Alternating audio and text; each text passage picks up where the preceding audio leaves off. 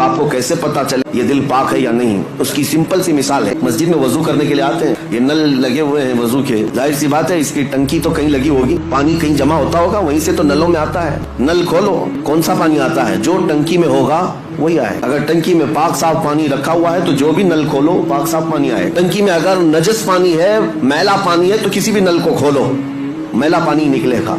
अगर हाथ पैर आंख नाक ये सब आज़ा नल है, ये सब सही काम कर रहे हैं, तो समझ लो कि दिल के अंदर सब पाकी सफाई है। और अगर बेहयाइयां हो रही हैं, इसका मतलब है कि दिल की टंकी में नजासत भरी हुई। आंखें खता करती हैं, जुबान गलाजत बकती है, हाथ गुनाह करते हैं, पैर गुनाह करते हैं, तो इसका मतलब ये है ये आज़ा का कनेक्शन दिल से है। अगर दिल नापाक है तो हर आज़ू नापाकी करेगा। मेरे आका फरमाते हैं, आगाह हो जाओ, तुम्हारे जिस्म में गोश्त का एक टुकड़ा है, अगर वो सही हो गया तो सारे आज़ा सही हो जाएंगे, और अगर वो बिगड़ गया तो सारे आज़ा बिगड़ जाएंगे। वो क्या है? हुजूर फरमाते हैं वो दिल है।